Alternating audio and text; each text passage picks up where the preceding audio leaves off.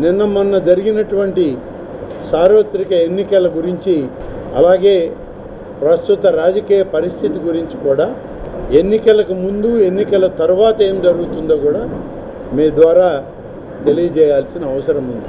ఒక విషయం, ఎన్నికలకు ముందు అసలు ఈ ఎన్నికల్లో సజావుగా నిర్వహించడానికి మాకు చాలామంది అధికారులు సహకరించలేదు. కొద్దిమంది మాత్రమే సహకరించారు. అధికారులుగా ఎన్నికల నిర్వహణలో పెద్ద ఎత్తున సహకారం అందించాల్సిన, అన్ని పార్టీలని సమానంగా చూడాల్సినటువంటి జిల్లా అధికార యంత్రాంగం అధికార పార్టీకి కొమ్ము కాసింది అని చెప్పడానికి మేమేమీ వెనకడుగు వేయడం లేదు. ఉదాహరణకి చెప్పాలి అంటే, ఆత్మకూరు నియోజకవర్గంలో నేను అన్ని బూతులు తిరిగాను. నాతో పాటు కొంబి లక్ష్మీనాయుడు గారు మాజీ శాసనసభ్యులు విజయరామరెడ్డి గారు, అలాగే పెద్దలు రవీంద్రారెడ్డి గారు, బ్రహ్మారెడ్డి గారు అందరం కలిసి తిరిగాం. ఎక్కడికి వెళ్ళినా ఎక్కడ కూడా ఆర్ముడ్ పోలీస్ కనిపించినటువంటి దాఖలాలు లేవు. మర్రిపాడు మండలం అంటేనే సార్వత్రిక ఎన్నికల్లో ఒక ప్రత్యేకత ఉంది.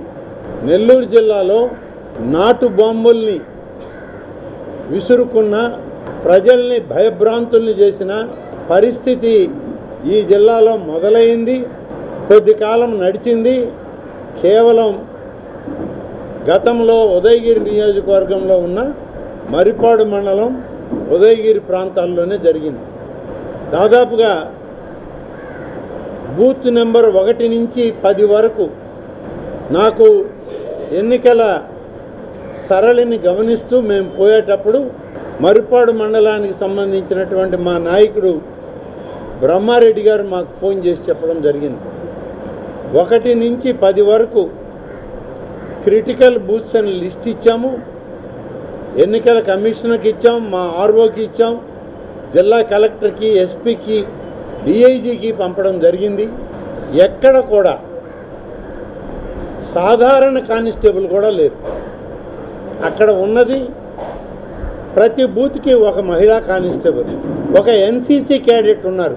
నాటు బాంబుల సంస్కృతి ఉన్నటువంటి ప్రాంతాల్లో ఒక మహిళా కానిస్టేబుల్ని పెట్టి, ఒక ఎన్సీసీ క్యాడెట్ని పెట్టి ఎన్నికలు జరిపారు అని అంటేనే ఈ జిల్లా అధికార యంత్రాంగం ఎవరి వైపు కొమ్ము కాశారో అర్థమవుతుంది.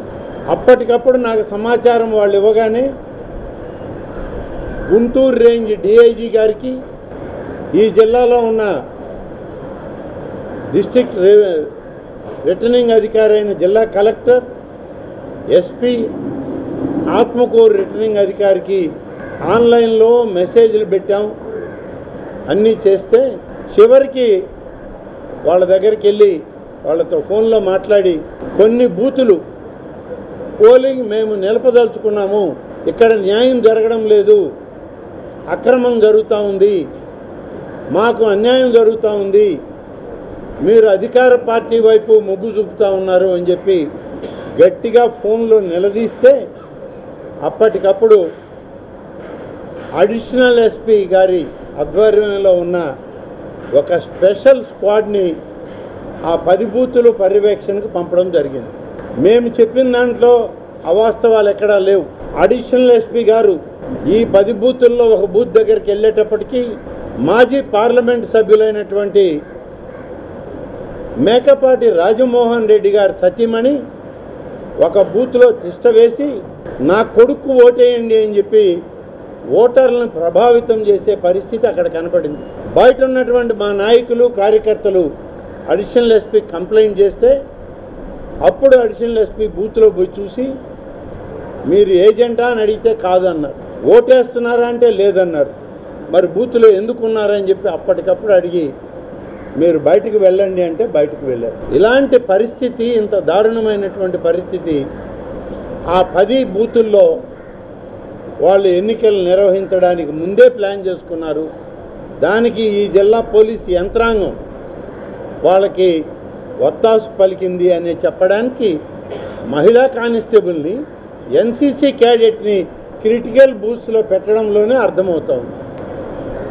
ఆ తర్వాత నుంచి మేము అప్రమత్తమయ్యాం.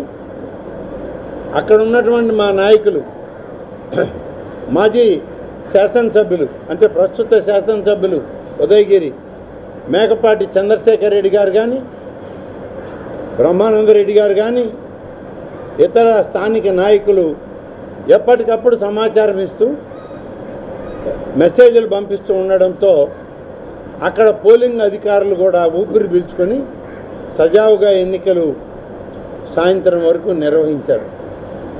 మీకు ఒకటే ఉదాహరణ, 1 నుంచి 10 వరకు బూతుల్లో కనీసం గత ఎన్నికలతో పోలిస్తే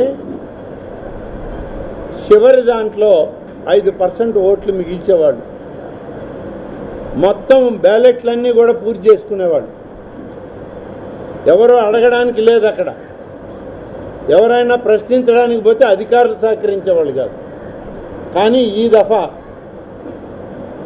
తెలుగుదేశం పార్టీ నాయకులు, అటు మేకపాటి చంద్రశేఖర్ రెడ్డి గారు కానీ, ఇటు బ్రహ్మానందరెడ్డి గారు కానీ, వీళ్ళు అప్రమత్తమై మా ఏజెంట్లని పూర్తిగా అప్రమత్తం చేసి ఎన్నికలను మేము పూర్తి స్థాయిలో నిర్వహించాం. కాబట్టి ప్రతి బూత్లో 150, 200 నుంచి 300 వరకు ఓట్లు చివరిలో వాళ్ళు వేసుకునే ఓట్లు మిగిలిపోయాయి. ఇంచుమించుగా 10 బూతుల్లోనే 2500 నుంచి 3000 ఓట్లు పోల్ కాకుండా నిలబడిపోయాయి. అంటే ప్రతి ఎన్నికల్లో ఈ ఓట్లన్నీ వాళ్ళకి ట్రాన్స్ఫర్ అయ్యాయి.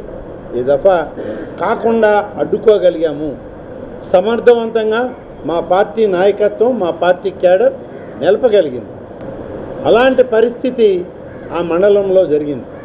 దీనికి అందరికీ కారణం సరైనటువంటి రక్షణ లేకపోవడమే అధికారికంగా.